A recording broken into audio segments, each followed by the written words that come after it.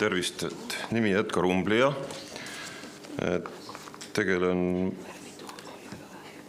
alusraamide tootmisega alates 2002. aastast ja selle aja jooksul siis on nii ühte kui teist kogemust tekkinud. See, millest siin nüüd just juttu oli, millest Kaisa rääkis, et see on muidugi täiesti eraldi teema ja sellest ma räägin lõpus natukene. Aga ma üritan teile ikkagi rääkida kiilraamist või alusraamist laiemalt. Siin on kindlasti teiste erialade inimesi, kes maalingute restaureerimisega kokku ei puutu. Aga need, kes kokku puutuvad, siis ilmselt tajuvad, et kui oluline see võib olla. Veel endast nii palju, et tegelikult oleme majandusharidusega inimene ja ei puidust ega kunstist ei tea ma midagi. Ma olen selles mõttes täielik autodidakt. Aga nagu ma ütlesin, et 22 aastat midagi on kõrvade vahele tekitanud. Nii et siis alusraami hingeelu. See oli ka suur küsimus, et kuidas see ettekannet pealkirjastada. No, jäi niimoodi. Nele pakkus välja. Et veel nii palju, et alusraam või selle kitsam tähendus kiilraam, see on siis raam, mida saab kiiludega laiemaks lüüa, on tavaliselt selline asi, mida üks tavavaataja, ta ei teagi, et selline asi üldse olemas on. Tal ei tekigi mõte, et kuidas saavutatakse see, et lõuend on sirge kuskil seina peal eksponeeritud. Ja siis, kui sellest rääkida, siis ei pruugita võib-olla teinekord aru saada. Et ma ise olen võrdlenud seda alusraami nagu maja vundamenti. Et ega seda ka näha ei ole, ka eks katsuge maja ehitada ilma. Või kui kaua see siis ajas püsib. Nii et alusraami kasutamine annab üldiselt häid tulemusi. Elu on seda näidanud. Aga siis kõigepealt, millest me seda teha saame? Et siin meie kliimavöötmes on tegelikult selleks klassikaliseks materjaliks männipuu. Kasutatakse ka kuuske, aga kuna alusraami materjal peab olema võimalikult homogeenne, ehk oksad ja kõik võimalikud muud efektid peavad olema välja korjatud, siis kui te vaadate kuuske ja vaadate mändi, siis okste esinemissagedus juba määrab ära selle, et mänd võiks olla nagu see parem materjal. Ja meie oludes on ta ka kergemini kätte saada. Mänd ise, ta on natuke sitkem kui kuusk. Mida kuivemaks kuusepuu läheb, seda rabedamaks ta muutub ja töötlemisel annab kildu välja. Et muidugi peab olema see puu tisleri kuiv, see puu peab olema sirge ja üks selline levinud arvamus on, et veel ennem niimoodi, et tänapäeval tööstuslikult kättesaadav materjal on tegelikult ainult liimpuit. See on siis puit, kust kõik defektid on välja lõigatud ja lauad on omaette lamellides siis prussideks kokku liimitud. No jah, et kui meil on juba selline materjal, siis see on sirge ja tegelikult ei ole sirge. Et tegelikult mitte mingisugune asi ei ole sirge. Sirge on ainult teoreetiline joon kahe punkti vahel. Kõik, mis on mingist asjast tehtud, see on kõver. Ja küsimus on selles, et kas me tajume seda kõverust või me ei taju. Ja sellest tuleb ka lähtuda, kui me ütleme seda, et meil raam peab olema sirge. Tegelikult ta ei ole sirge, aga me ei taju seda kõverust. Ja siin on siis mõned fotod toodud, et vasakpoolsel fotol on siis liimpuit, lahti lõikamata, väikesed vahed prussidel on, nagu te näete, ja siin kõrval on siis see sama asi lahti lõigatuna. Need punased jooned tähistavad ühte prussi, aga siis te näete, et nad on sellised korralikud suusad juba. Ja see on see sama sirge materjal. Viimase foto peal on siis hööveldatud profiilid juba ja samamoodi on näha, et sirgusest on asi kaugel. Nii et kui me hakkame alusraami tegema, siis kõige esimene ja tegelikult kõige mahukam töö operatsioon on nende sirgete tükkide välja nokkimine. Ja ikka tahetakse selliseid tükke, mis on, ütleme, 1,5 meetrit, 2 meetrit, 3 meetrit, aga me peame ka 5 ja 60 sentimeetrisid kuskile ära panema. Nii et see on paras pusimine, aga oleme omandanud oskuse, kuidas sellest asjast läbi tulla. Nii et meil peab siis olema millest teha ja siis mida me teeme. Et on mitmesuguseid raamiprofiile ja nurgaühendustüüpe. Seal kõige vasakpoolsem on selline trapetsikujulise ristlõikega, aga praegusel ajal enam levinud on profiilid, kus 2 külge on paralleelsed ja siis nurgaühendustappides on 2 süsteemi, põhimõtteliselt on selline 45 kraadi all lõigatud nurk ja siis siin keskel, mis need 3 tükki on nii-öelda prantsuse tüüpi, kus liistu otsad ei ole identsed. Et see oli ka nõukogude ajal nii-öelda kostina kehtestatud selline alusraami tüüp, mida siis siin laialt kasutati. Aga praegusel ajal seda väga palju ei kohtab sellist klassikalist, kus siis nurgatapp on 45 ja kiilupesa on seal sees siis oluliselt laugema nurgaga.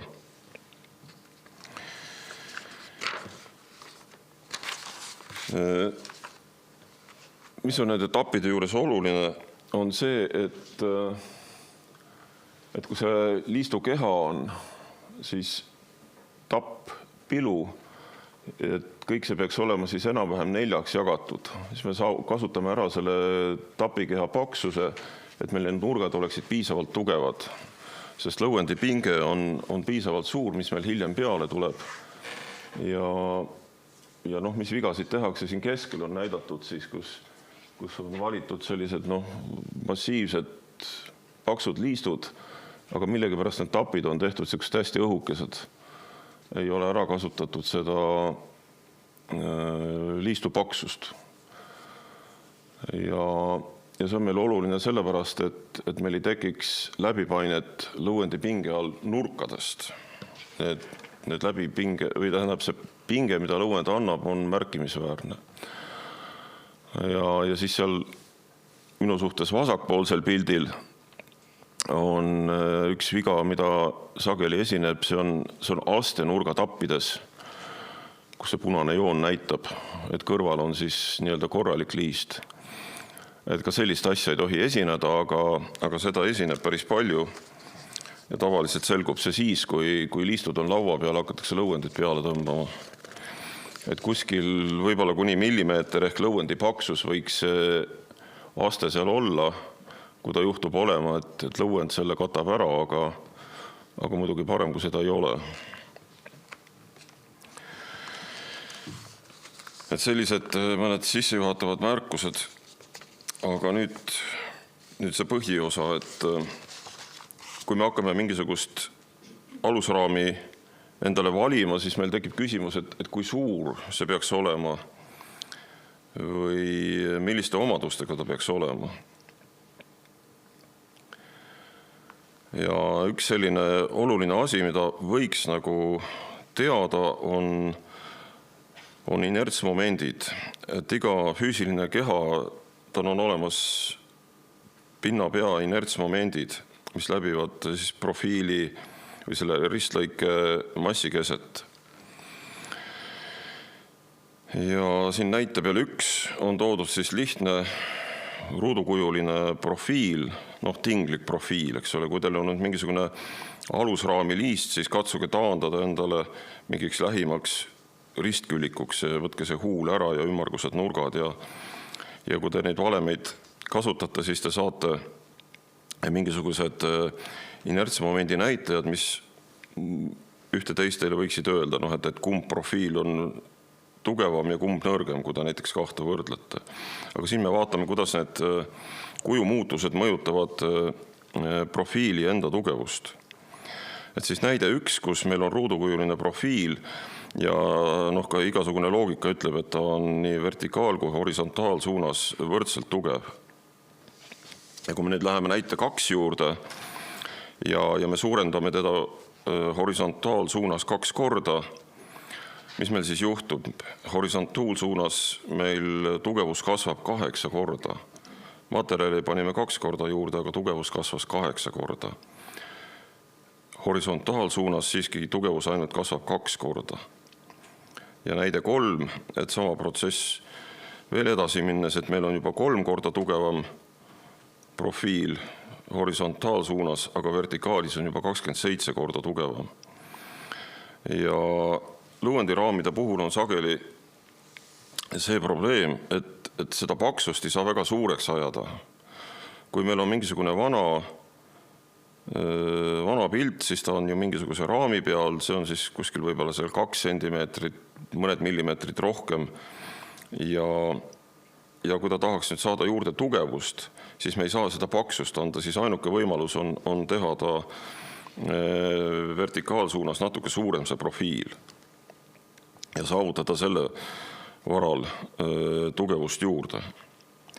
Näite 4 näitab meil seda, et kui me nüüd läheme näiteks profiili juurde 40x60, siis need tugevusnäitajad juba kasvavad siin oluliselt. Üks viga, mida sageli tehakse ja mõnede hulgimüüjate poolt ka lahkesti soovitatakse, on see, et võtke 2 õhukest raami ja pange kokku. Ja te saate suure tugeva raami, et tegelikult see ei vasta tõele. Et see näite 4 alumine osa näitab seda, et kui meil on homogeenne profiil, näiteks 40x60 millimeetrit, siis on tugevusnäitajad siin vastavalt 720 ja 320 000, aga kui me paneme 2 tükki kokku, siis me selliseid näitajaid ei saa. Et jah, horisontaalis on küll, aga vertikaalsuunas on sama, aga horisontaalsuunas, mis meil alati on see kõige nõrgem, et seal meil kasvab tugevus ainult 2 korda ja mitte 8 korda nagu ülemise näite puhul. Et seda inertsmomentide olemasolu ja sellist võrdlust võiks nagu teada või selle vastu huvi tunda. Nüüd lähme edasi, et kui meil on, kui me siin räägime, ütleme puitprofiilidest, meil on kõik see profiil on materjali täis, siis järgmise lehe peal me näeme, mis meil nende tugevustega juhtub, kui me võtame nii-öelda selle profiili sees tühjaks, ehk me läheme näiteks alumiiniumprofiilide peale. Et siis muidugi inertsmoment kukub kohe, sest meil on välimise perimeetri inertsmoment ja sisemise perimeetri inertsmoment ja siis selle profiili ristlõike tugevus moodustub meil selle 2 inertsmomendi vahest. Ja sageli siis, kui võrreldakse näiteks, et on puitprofiil ja alumiiniumprofiil, et kumb siis on tugevam ja kumb on kergem, siis öeldakse, et alumiinium on kergem ja alumiinium on tugevam. Aga tegelikult peaks olema niimoodi, et võrrelda ei tule mitte sama mõõduga profiile, vaid samasuguste tugevusnäitajatega profiili. Et siis me saame adekvaatse pildi. Ja siin näite 4 peal siis on, kui näide 4 oli puitprofiil meil 4x6 sentimeetrit, siis näite peal 6 on meil siis välja arvutatud alumiiniumprofiil, mis vastab samasugustele tugevusnäitajatele kui näites 4 olnud puitprofiil. Ja see tugevus saavutatakse järgmise teguri arvelt, mille nimi on elastsusmoodul. Et igal materjalil on oma elastsusmoodul, eks ole, ma kirjutasin päris definitsiooni välja, et ma loen selle teile ette. Ja seda siis väljendatakse ühe arvuga, et elastsusmooduli suurus näitab mehaanilist pinget rakendades tahke keha vastupanu võimet elastsele deformatsioonile. See on selline keeruline ja et mida jäigem on materjal, seda suurem on see elastusmooduli näitaja ehk see number. Ja siin ma toon siis mõned näited erinevatest materjalidest, et kui näiteks kuuse puhul on, see muuseas sõltub ka puidu niiskusastmest, aga võtame Tistleri kuiva puidu, et kui kuuse puhul on ta 9,7 see näitaja, siis männil on ta harilikul tavalisel puidul on 10,9 ja liimpuidul on ta näiteks 12,6. Et kui me sellest harilikust männist teeme liimpuidu, siis me saame ka tugevama materjali, umbes 1,16 korda tugevama. Aga näiteks alumiiniumil on see lastusnäitaja on 69 gigapaskalit. Ehk ta on 5,4 korda tugevam kui puit. Ja nüüd väiksema mõõdu juures ja nõrgema inertsmomendi juures nüüd see materjali tugevus kompenseerib meile selle tagasikukkumise ja siis me saamegi sellise tulemuse, et 4 korda 6 sentimeetrit puit või 3,3 korda 5,5 sentimeetrit õõnes alumiiniumprofiil, et need on samasuguste tugevusnäitajatega. Et selliseid asju võiks nagu teada. Et siin on siis mõned näited tegelike profiilide inertsmomentidest, mida me siin kasutame või oleme kasutanud. Ja järgmise lehe peal siis see 26-68, et siis me vaatame selle profiili, ennem on veel, või tegelikult ma räägin selle ennem ära, et läbipainde karakteristikud. Et nüüd seesama seal üleval 564 000 on selle 26-68 profiili inertsmoment vertikaalsuunas, siis on elastsusmoodul meil 12,6 ja me rakendame siis sellele liistule lõuendi pinget 20 meetrit või 20 kilomeetri kohta. Siin on küll tegelikult üks viga, see mitte 2000, vaid 200 peab sul olema ja need läbipainde näitajad peaksid olema 10 korda väiksemad, aga seda on lihtne vaadata, seda erinevust. Et mida me näeme? Me näeme seda, et läbipainded, näiteks kui meil on, hüppas tagasi, et kui meil on näiteks pikkuses 1,5 meetrit ja raami latt ja me rakendame sellele joonkoormust 20 kilogrammi meetri kohta, siis läbipaine on meil 1,8 millimeetrit. Aga kui me võtame 3 meetrise ehk 2 korda pikema, siis see on juba 29,6 millimeetrit. Et see läbipaine ei kasva mitte 2 korda, vaid ta kasvab 3. astmes teil. Ja seda on oluline meeles pidada, kui tehakse valikuid, et kui suurt või tugevat profiili võtta. Et kui te suurendate mõõtu näiteks 2 korda, siis läbipaine kasvab teil 8 korda. Et seda tuleks nagu meeles pidada. Ja teine oluline moment on, et lattide läbipaine ja see raamilatt on latt füüsika mõistes, et on lahtiste otstega ja kinniste otstega latid. Et siin on siis valem 1 ja 3. Et nende erinevus läbipainde puhul on 5 korda näiteks. Kui teil on kinnitatud või fikseeritud nurkadega raam, siis selle läbipainde karakteristik on umbes 5 korda väiksem kui lahtiste otstega raamil. Kiilraam on lahtiste otstega, aga näiteks alumiiniumraam on fikseeritud nurkadega.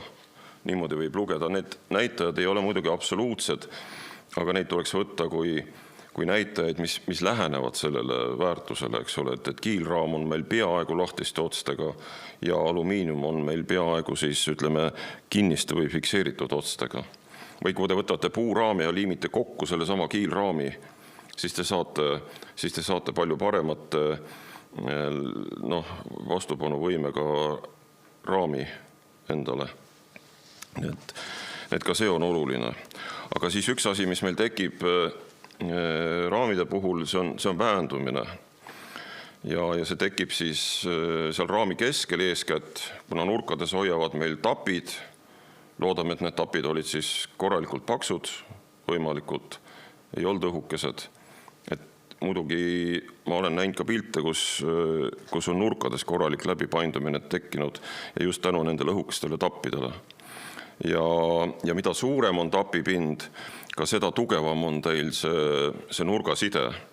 Ehk see horisontaalsuunas see liistu või profiili laius hakkab siin ka kaasa mängima.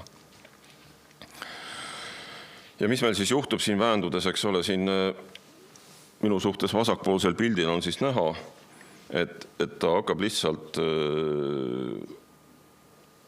väandub keskelt läbi ja mida suurem on huul, seda suurem see läbipaine on.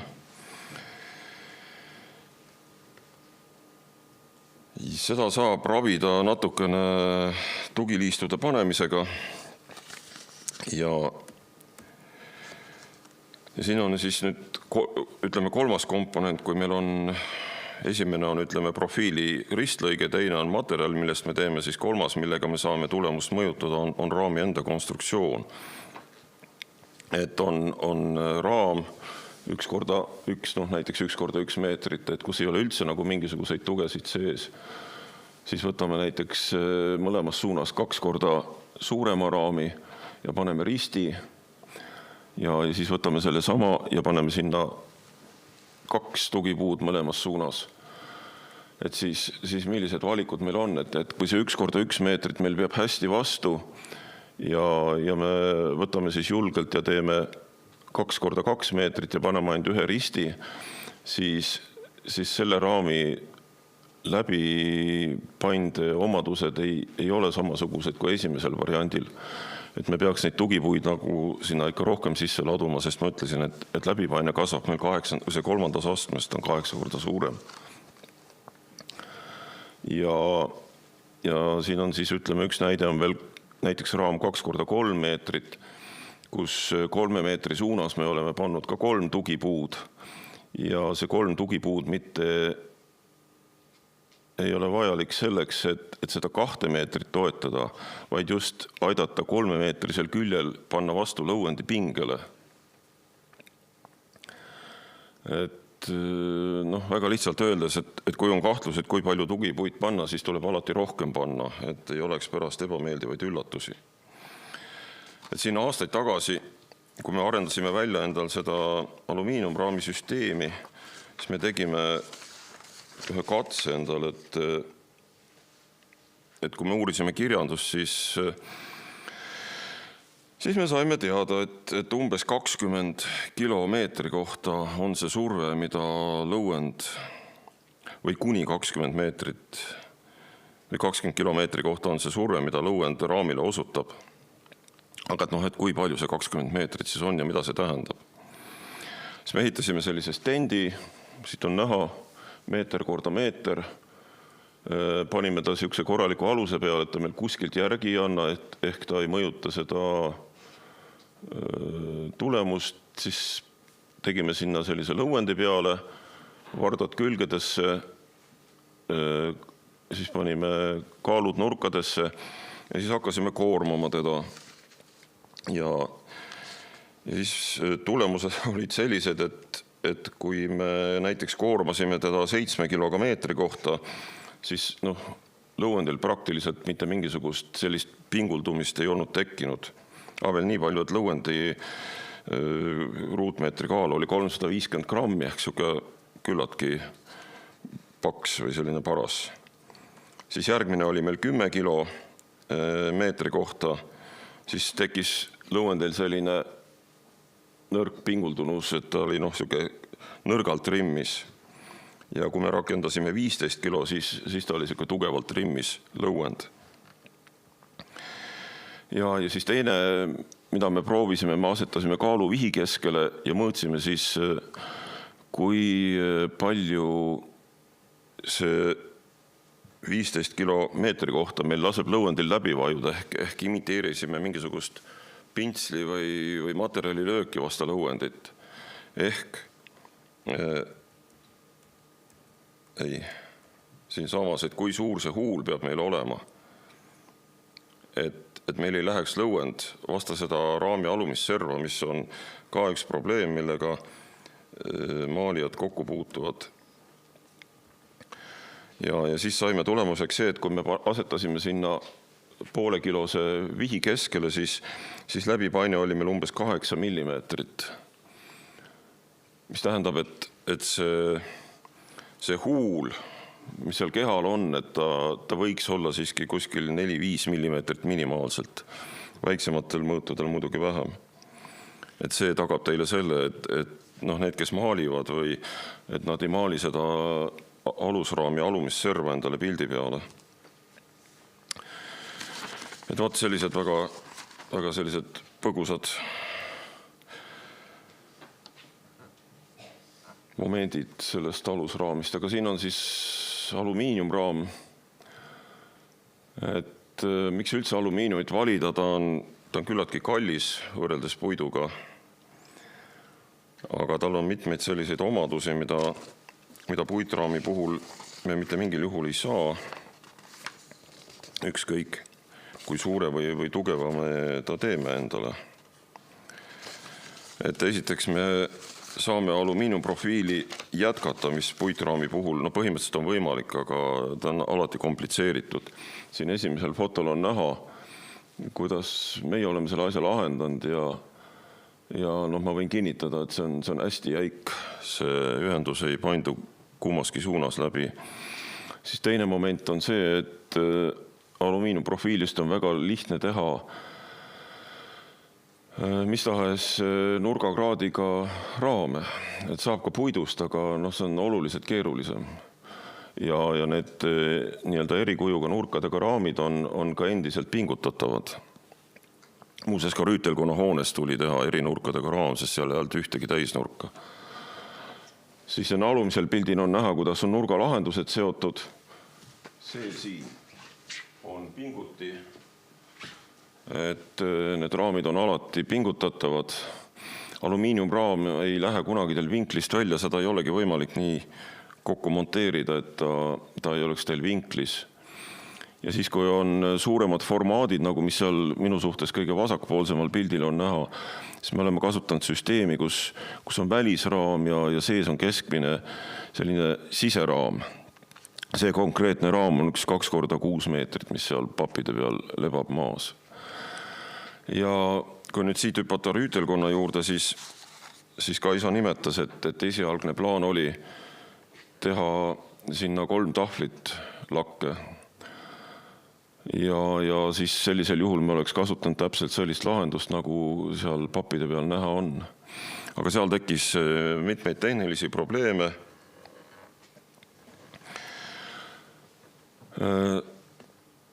Et miks me ei tahtnud sellist lahendust või sellise lahenduse teed minna.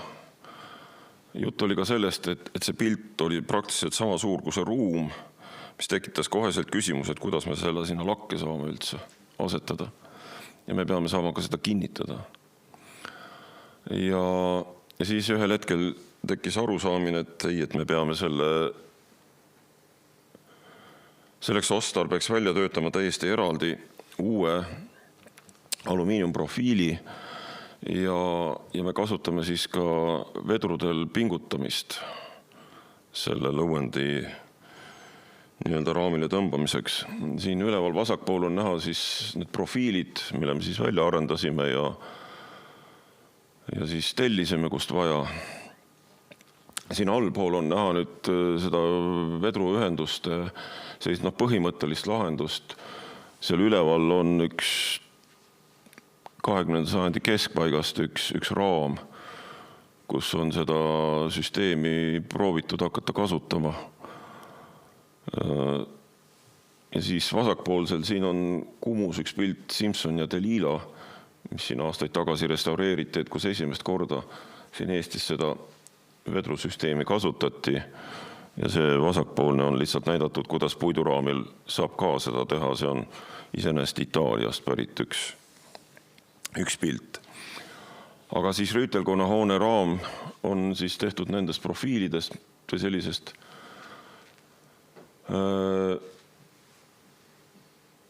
profiile toodetakse ekstrudeerimismeetodil, seda tehakse üks vorm ja siis surve all surutakse see mass sealt läbi, seal on omaette hästi keerukas tehnoloogia.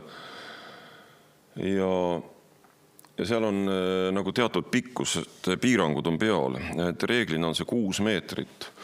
Aga kuna siin on suurte profiilidega tegemist, siis seda õnnestus meil saada, et me saime 7,5 meetrised latid, mis tähendas, et me Rüütelkonna hoones pääsesime latide jätkamise teemast. Ja see oli nagu hästi oluline. Ja ühes tahvlis pilt, ta mõjub ka nagu paremini, siis jäävad ära need vahekatkestused, ta on selline ühtlaselt, nagu ütleme, sirgeks vajunud, jutumärkides sirgeks muidugi. Sest nüüd, kui ta olime lakke pannud, siis me lõpuks saime ära mõõta, siis ta oli umbes 20 sentimeetrit keskelt läbi vajunud see pilt.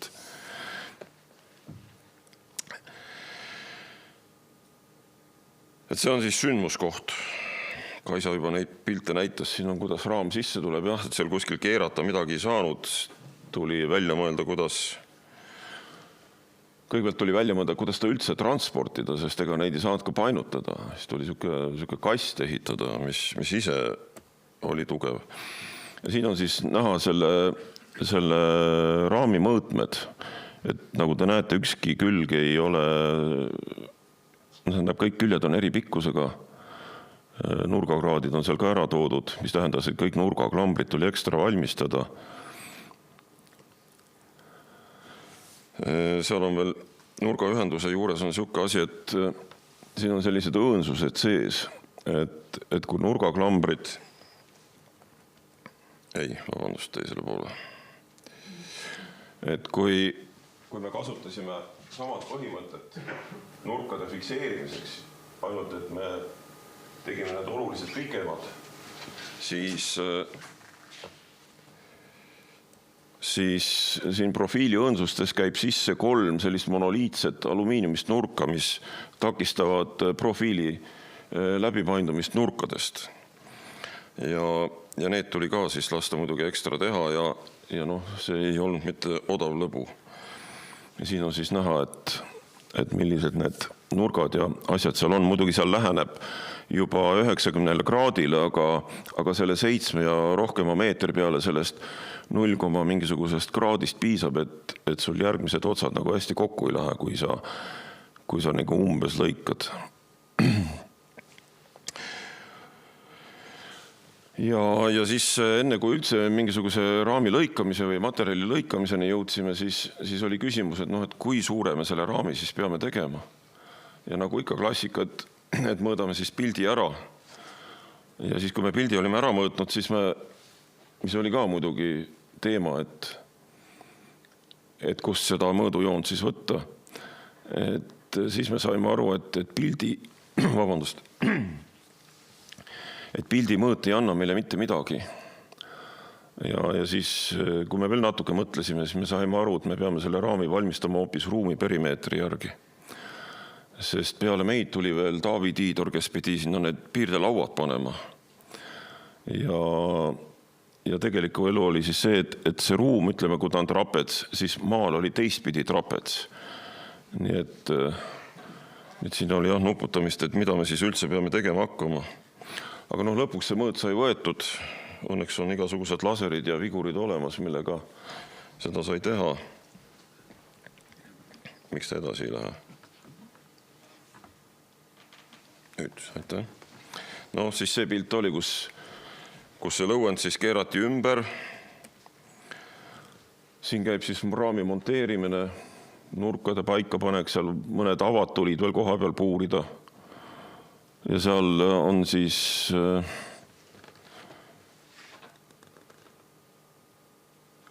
viimasel pildil on lõuend on juba sirgeks tõmmatud. Ja muuseas veel üks selline probleem, millest me kogu aeg rääkisime, et kui palju see lõuend venib. Et me mõõdame küll pildi ära ja siis me hakkame raamile tõmbama. Ja siis me muudkui tõmbame ja tõmbame ja tõmbame, kõike lõuend ei ole sirge ja annab järgi. Aga õnneks seda probleemi ei tekkinud ja seal äärmisel pildil on siis esimene kord, kui me nägime seda pingutatud lõuendit, ta on nüüd kinnitatud puitliistu külge.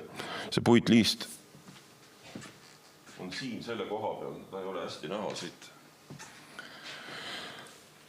et siis meil tekkis esimest korda usk, et me saame sellest asjast jagu. Sest vedrudega pingutamine tähendab seda, et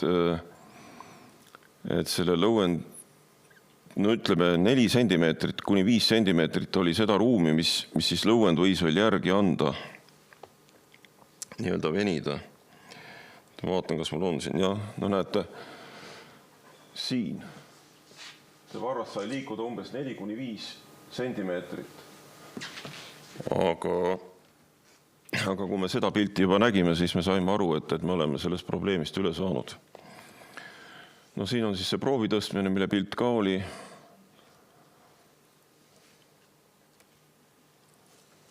Ja siis oli nende vedrude pingutamine. Kokku oli seal 147 ühendust. Et siis iga ühendus tahtis 2 ava, mis tuli töökojas eelnevat puurida. Üks tuli veel keermestada, siis tuli need vidinad sinna sisse keerata. Siis, nagu Kaisa ütles, nad žongleerisid seal, tegid selle liistule pingutamise ära, siis tuli triikimine, et see varda tunnel oleks sirge, siis tuli õmblemine, siis tuli nende avade lõikamine iga vedru koha peale, siis tuli varraste sisseajamine koos trosside kinnitamisega ja siis hakkas vedrude monteerimine ja pingutamine. Ja siis me tegime niimoodi, et esimese pingutuse me tegime õhtul ära, siis me tõstsime selle pildi ööks seisma ajutiste pukkide peale ja siis hommikuks ta oli seal umbes kuni sentimeeter tagasi vajunud meil. Siis tuli vedrud uuesti üle pingutada. Selle vedrudele pingutamise üks peamise eeliseid on see, et see pinge on kontrollitud kogu perimeetri ulatuses. Siis kui te tangidega tõmbate, siis te ei tea, kui tugevalt te tõmbate. Aga siin me teame, sest vedrud on kalibreeritud ja teatud pikkusele vastab siis teatud tõmbetugevus. Ja siin siis konkreetselt oli 22,5 newtonit oli ühe selle vedrutõmbe tugevus. Nii, mis siit edasi tuleb? No siis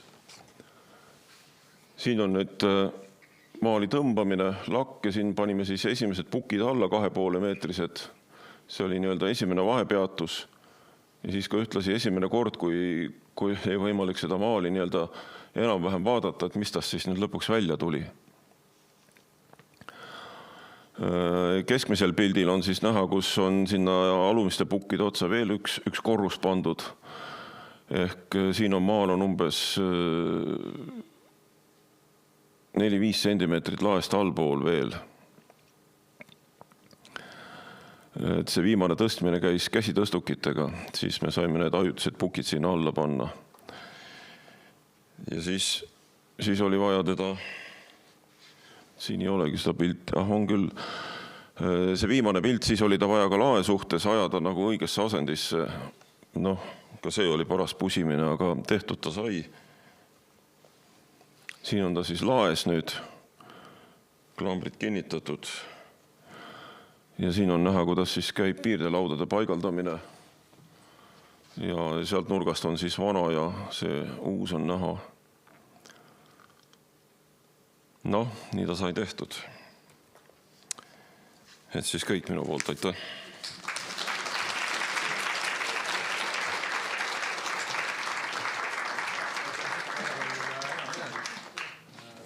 Kas publikul on inimesi ka hetkerele?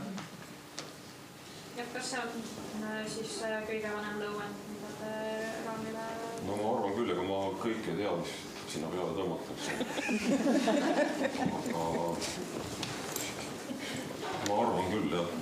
Vanemat ei ole. Ja kindlasti mitte nii suurt. Ja see on ka, kuidas öelda, rahvusvahelises mastaabis on ta piisavalt suur. 7,2 korda 7,4 meetrit, ütleme niimoodi ümmargus. Ja see on, nagu ma ütlesin, et see läbipaine suureneb 3. astmes iga järgmise mingisuguse korraga. Ja see 7,5 meetrit on selles mõttes ikkagi soliidne pikkus. Ja tegemist on veel ka laemaaliga, kus meil profiil on lapiti. kui me kogu aeg disainime, et meil oleks nagu horisontaalsuunas tugevust piisavalt, sest maalis on ikka püsti, siis siin oli see lapiti asend oli veel omaette probleem. Aga nagu siin oli aituse tõstmise peal näha, et ega see läbipaine nende köite küljes ka eriti suur ei olnud, läks hästi. Ja see töö on selline, et kui sa hakkad tegema, ega sa ei tea, kas sa oled õigel teel, seda sa näed siis, kui sul see resultaat on käes või ei ole käes. Mul oleks selline küsimus, et aga kui suur nõudlus nagu sellist ekstraordinaalsete raamide valmistamisele ülepea üldse on? Et see on nii tohutu töö tegelikult. No on küll, jah. Puitraame me siin Eestiski teeme ikkagi 3x4 või 4x5 meetrit ei ole. Need on küll mõned üksikud kunstnikud, kes küsivad. Ma nimesid ei ütle. Võite ju oletada, kui kunstinäitustel käite, aga see, mis ma siin näitasin 2x6 meetrit, see oli näiteks üks Rootsi tehtud maal. Ega ma ei tea, mis sinna peale läks. Et ikka küsitakse, jah. Ja ega tegelikult selle suure profiili või suure formaadi profiili küsimus oli ammu üleval, aga see Rüütelkonna Haane raam siis võimaldas ka selle probleemi selles mõttes ära lahendada, et see profiil on kasutatav nii vedrudega tõmbamiseks kui puitkiisture kinnitamiseks, et on kahe süsteemne. Et nüüd on vähemalt meil olemas üks materjal, millega on suuri formaate võimalik julgelt teha. Ja palun. Kas tellija ka vahepeal huvi tundis, kui ta nägi esimest korda seda? Ei, kokkusaamised olid jooksvad. Ja see... Kui keegi ütleks, et ta oli tohutult kindel ja ta täpselt teadis, kuidas asjad lähevad, siis see ei olnud niimoodi. Aga mis meid aitas ka see, tegelikult ütleme see vedrudele pingutamise süsteem, see on üks mees maailmas on, see on üks Antonio Idelsoni nimeline härrasmees Itaalias, kes seda praktiseerib. Viimane selline suur rahvusvaheliselt tuntud töö oli tal 21. aastal Amsterdami riigimuuseumis avasti uuesti üks Rembrandti öine vahtkond. Mõelge, milline pealkiri meie kontekstis, öine vahtkond. Üks maal, mis oli, ma ei tea, kas ta oli siis varastatud kunagi või seda siis restaureeriti ja siis tõmmati nende suurte vedrude peale. Ja ma tahtsin tegelikult siia pilte tuua, aga need pildid olid internetist ära kadunud. Ma ei leidnud neid enam. Paar kuud tagasi olid nad veel olemas. Et seal oli hästi näha, kuidas nemad näiteks on seda teinud. Aga seal oli asi muidugi ikka väga hulluks aetud, seal oli iga vedru küljes oli andur, mis andis teada, kui suur või väike see pinge on ja siis oli mingi automaatregulaator, mis seda reguleerib. Ma ei kujuta ette, palju selline asi võib maksta. Aga kui ta nüüd oli Rembrandt, siis ilmselt raha probleemi ei olnud. Ja seal oli küsimus. Ja, mõislik üldiselt, et kui palju teie toodangust jääb Eestisse ja palju te välja? No eks me ekspordi arvelt elame. Aga Eesti on ikka, protsentuaalselt on see 5% võib-olla. Põhikoht on Suurbritannia meil. See on mõnes mõttes erandlik võrreldes muu Euroopaga. Ja seal on meil siis, ütleme, 2 ostjat on kõik see 20 aastat. Et üks on Londonis, kelle klientideks on kõik võimalikud stuudiod, ma ei tea, Briti muuseumid sellisel tasemel, kus nagu raha ei loeta. Et seal on see eesmärk on primaarne. Aga muidugi, kui seda alusraami turgu tervikuna vaadata, siis seal käib üks tohutu selline ülepakkumine ja nii-öelda petukauba tegemine. Kõige lihtsam näide, et seal tavaliselt antakse profiili mingisugune suurus, pikkus korda laius. Siis kui sa hakkad tegelikult seda mõõtma, siis selgub, et see on nii mõnigi millimeeter väiksem. Mis tähendab, et on natuke odavamalt ja veel läbi aetud kuskilt. Aga Eestis, ütleme, et 3-40 Eesti kunstnikku on küll, kes kas või kord aastas või kord 2 aasta tagant küsivad meilt midagi. Aga nad küsivad kogu aeg. Aga kas eelistatakse ikkagi nagu puitu või on see alumiinium? Ikka puit, ei, puit. absoluutselt. Eestis on tekkinud mõned, kes võtavad alumiiniumit ainult või noh, võtavad niimoodi, aga neid on 2-3 tükki ainult. Sest alumiinium, ta ei ole massikaup, aga tal on teatud eelised. No ja võib-olla natuke edevust ja efekti. Sest ta on selline raam, mida te võite julgelt ka tagantult eksponeerida, eks ole, näiteks panete ruumi keskele rippuma, see on tore vaadata. Aitäh, Edgar. Kui tohib küsida, sina mainisin, et puidust liistud, eks ju, lakke. Need uued on sellised lihtsad, et kas nendega võetakse midagi ette, et tuleb sinna ornament, sellist võib-olla paisale tuli? Ja ei siin...